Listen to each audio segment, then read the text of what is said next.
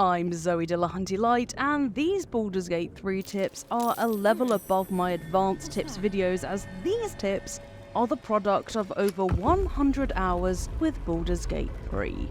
These are nitty-gritty pointers, and I'm just about to get into them, but before I do, I've also got beginner's tips, advanced tips, beginner's multiclassing, and advanced multiclassing videos for you to watch if you so desire. Okay, time to go down by the river. Here are my 100+ hour tips for you, my liege.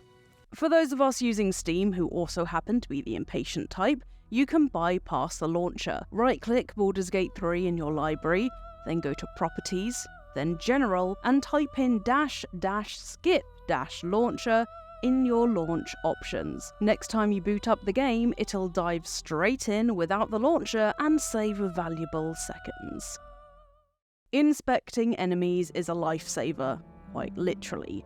By inspecting an enemy, you'll be able to see what it's resistant and vulnerable to, as well as any effects it's currently suffering. Just like in Divinity Original Sin 2, also by Larian and also very much worth playing, this can make a huge difference between how your fights go. Hover over the enemy with your mouse and press T, which will bring up a detailed panel going over their status. Then, simply optimize your strategy and, hopefully, victory will be yours.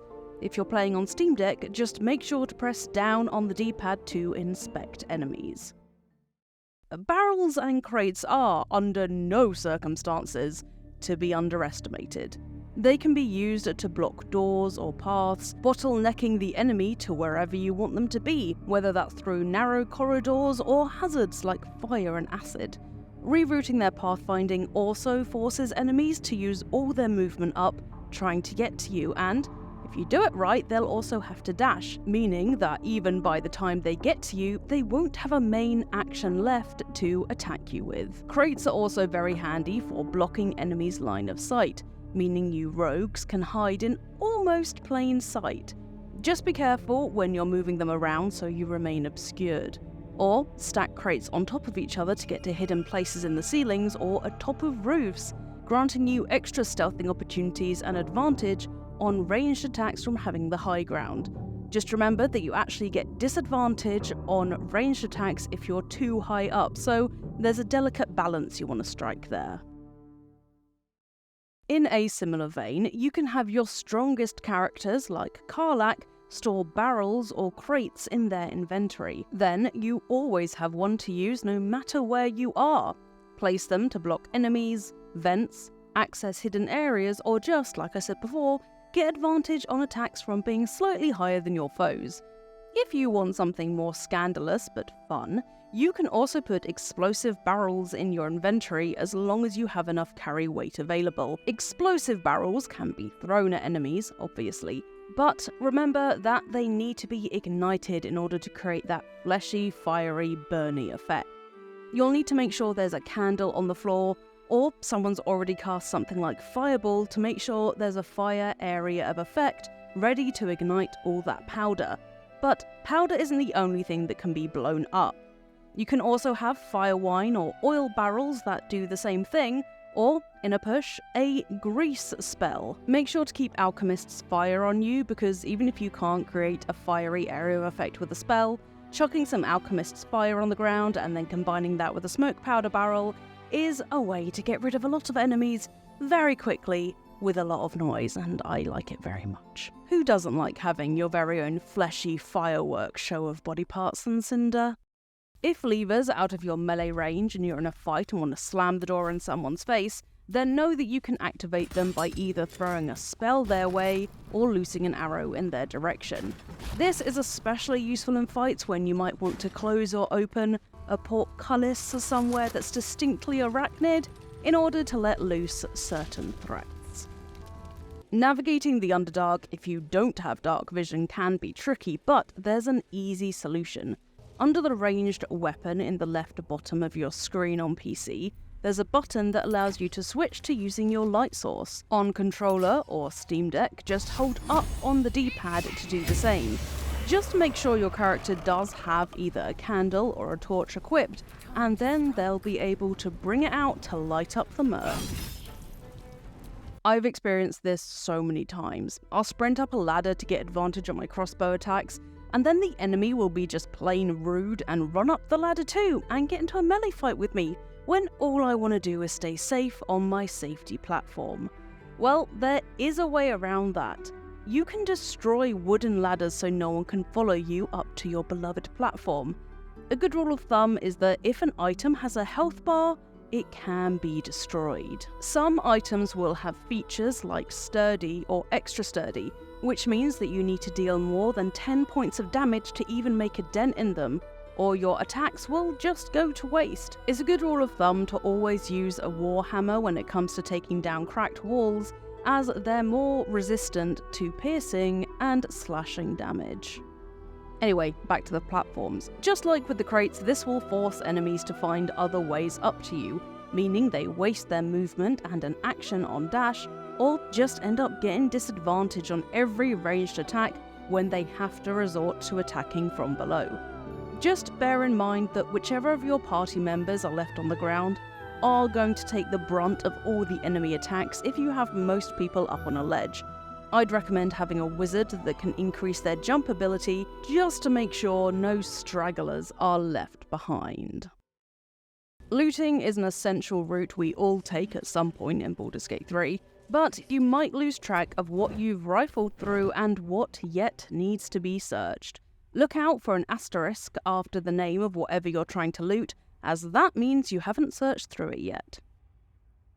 I can't segue into this in a way that makes it seem normal, so just be aware, fellow necromancers, that you can store corpses in the Traveller's Chest, meaning there's always something for you to reanimate.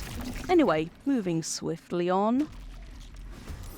I have a whole load of inventory management tips, and god that might sound boring, but inventory management is important, so listen up.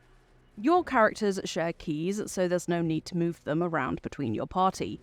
Clicking on an item slot in your inventory, like your helmet or weapon, will show all the possible items that can go in that slot from the inventory of all of your characters, so you don't have to move stuff around.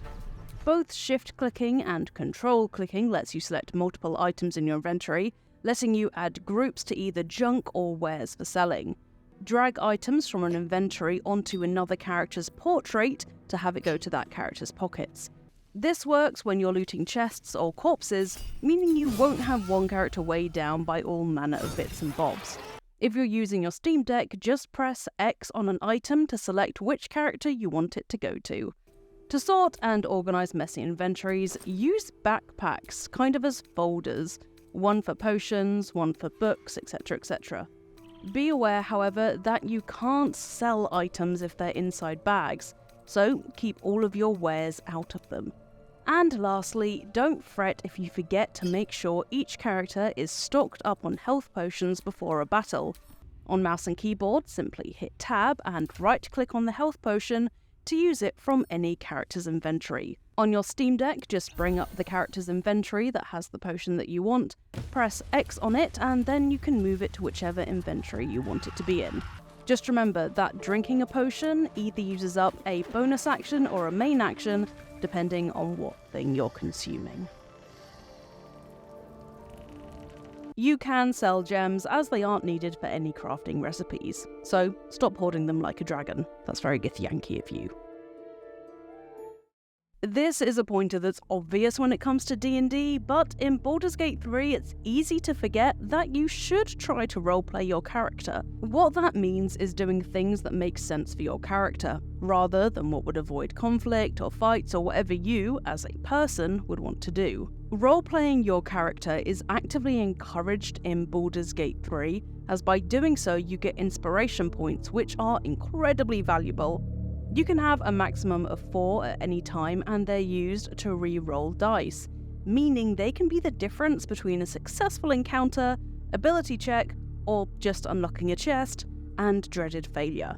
Roleplay your character by choosing dialogue options that have your race or class in brackets next to them, or doing things like bribing a guard if you're a rogue, or making sure everyone survives an encounter if one of your party, like Lizelle, has the soldier background.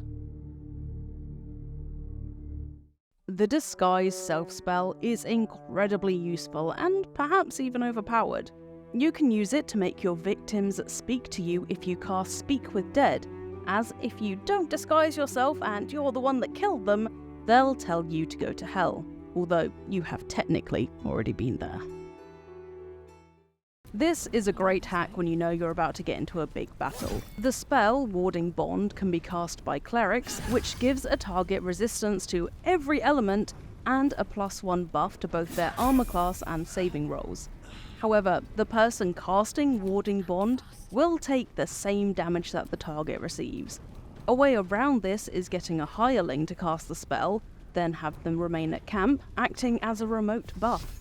You can do this with pretty much all spells that last until a long rest and require concentration, such as Longstrider, Dark Vision, Protection against Poison, and Aid. For Rangers, your Beastmaster feature will allow you to have a giant spider by your side via the Ranger's Companion.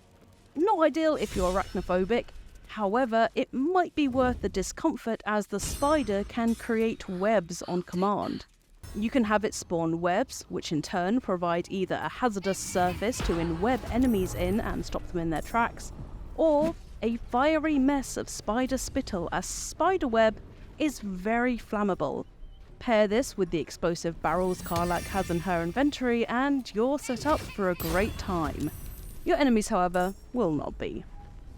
Distracting foes and using crowd control spells are at the core of any good battle strategy in Baldur's Gate 3, but don't discount the dual use of your familiars or summonable entities.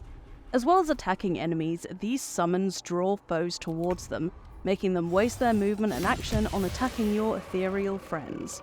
Spiritual Weapon, Guardian of the Faith, and even the ogres you can ally with at the beginning of Baldur's Gate 3 are all worth their weight in gold in the later fights, when you need to pivot towards incapacitating your enemies rather than just dealing straight damage. Don't forget to summon Mage Hand at the beginning of the battle too, as it can throw things at enemies. Spiritual Weapon and Mage Hand are also bonus actions for Lyzel and Shadowheart, so, I mean, why wouldn't you summon them? Before you end your turn after doing a ranged weapon attack, if you have enemies near you, make sure to switch back to your melee weapon, so you can get in an opportunity attack if an enemy runs past. And finally, instead of throwing a potion at a target, drop it on the ground and then attack it. It'll hit a larger area, meaning more damage to foes or more healing to allies, the latter probably being the most common. Obviously, you need to be in melee range of an ally for this to work. Do you have any other intricate tips for Baldur's Gate 3? I'd love to hear any and all of them in the comments, or you can tag me directly on X, not Twitter, at Zoe_Delahunty-Light. I've also got videos on the Eurogamer channel about multi-classing for both beginners and advanced practitioners, and more tips videos. I'm also coming out with a video about how to best play Baldur's Gate 3 on controller and Steam Deck, so keep an eye out for that, if you're as addicted to your Steam Deck as I am. If you've made it this far, thanks so much for watching, and make sure you subscribe to Eurogamer and like this video for more videos from yours truly, as we have a new video out almost every single day. Now, I'm gonna go and organise my radials because they're incredibly messy at the moment, so I'll see you good folks next time.